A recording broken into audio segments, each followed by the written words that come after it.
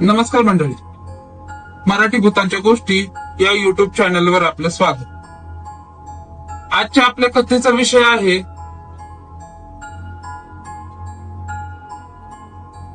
13वी अमावस्या.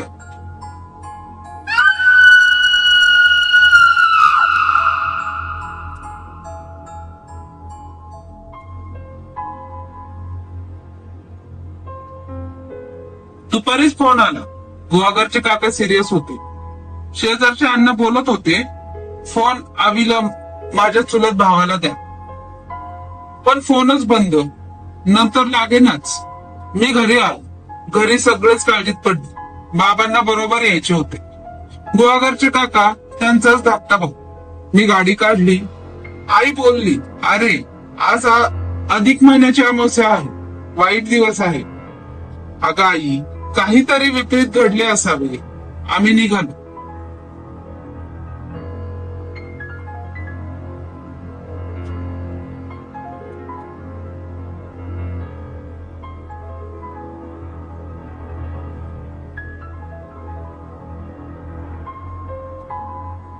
Mumbai Goa highway. खड्ड्यातून रस्ता शोधत गाडी चालवावी लागते म्हणून मी काळजीतच होतो. पण रस्त्यातच माझा मित्र भेटला. तोही गुहागरचाच आहे. मुंबईत जॉब करतो. तो गाडी पण ड्राईव्ह करू शकत होता. त्यामुळे मी बिंदास झालो. त्याला बरोबर घेतला. त्याच्या घरी जाऊन त्याची बॅग घेऊन निघालो. पण त्याच्याही घरात बायको बोलली, काळजी घ्या, आजची अमावस्या वाईट आहे.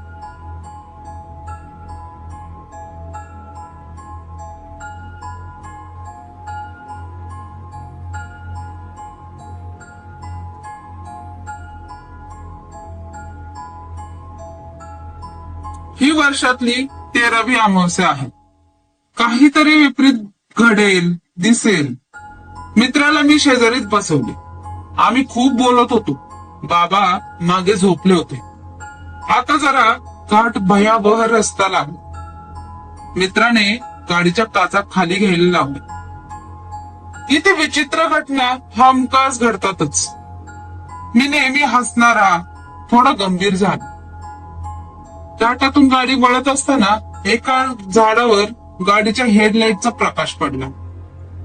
त्या झाडाला दोन्ही तळहातांनी घट्ट पकडले होते.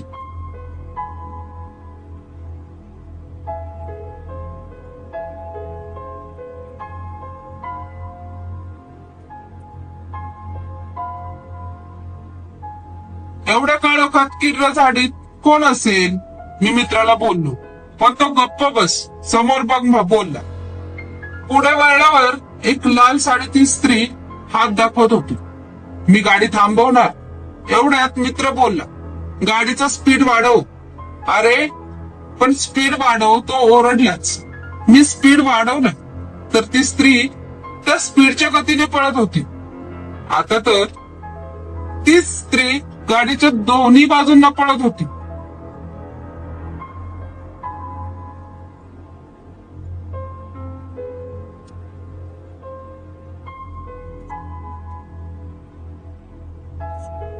घाटात एकही वाहन नाही. खांबावर दिवे नाहीत. नुसता काळोख. गाडीच्या हेडलाईटच्या समोर माझा चुलत भाऊ आवी गाडी थांबवत होता. पण मित्राने सरळ गाडी त्याच्या अंगावर घातली. आता स्टेअरिंग व्हीलचा ताबा त्यानेच घेतला. मी खूप चिडलो होतो. बडबडत होतो. पण तो एक शब्दही बोलत नव्हता. गुहागरकडे गाडी वळली. गाडी थांबव, मित्र बोलला.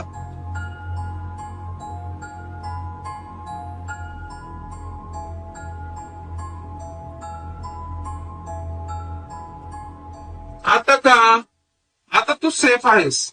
तुझा भाऊ आवी, ती बाई, ते हात, सगळ्या अमानवी शक्ती होत्या. तुला काय माहित? कारण मी त्यापैकीच एक आहे. माझा संध्याकाळी ऍक्सिडेंट झाला. जे हॉस्पिटलला बॉडी आहे. ओळख पटत नाही, त्यामुळे घरी काहीच माहित नाही. तेवढी मदत कर. मित्र नाहीसाच झाला. मला घाम फुटला होता. कशी बशी गाडी काकांच्या घराकडे वळवली.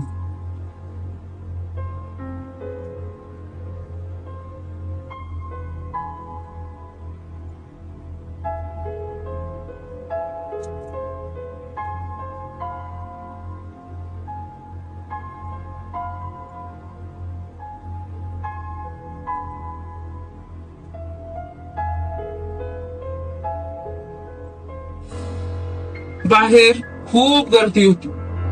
मी व बाबा गर्दीतून वाट काढत पुढे बघितले तर तिथे माझ्या चुलत भावाचे आवीचे प्रेत होते. हा मला शॉकच होता. मी झाल्या प्रकाराने सुन्न झालो होतो. रडारड सुरू होती. मी धक्क्यातून बाहेर येतच नव्हतो. सकाळी अंत्यविधी उरकून मी मुंबईला निघालो. मला रजा नव्हती.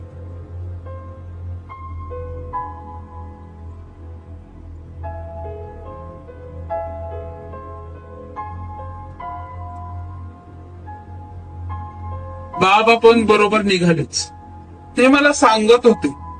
मला अशा गोष्टीची आधीच जाणीव होती. मी शांतपणे मागे झोपलो होतो. खूप घाबरलो होतो मी. आम्ही जे हॉस्पिटलला गेलो. मित्राच्या बॉडीची ओळख पटली. विशेष मी कानाला बांधायला दिलेला माझा रुमाल अजूनही त्याच्या बॉडीच्या कानाला तसाच होता. मला अश्रू आवरत नव्हते.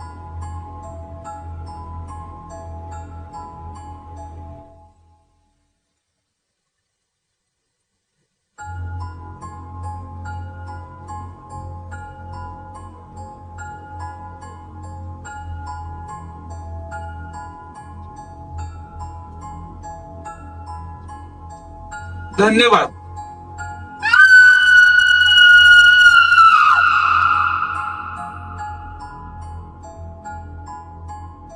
Mm-hmm.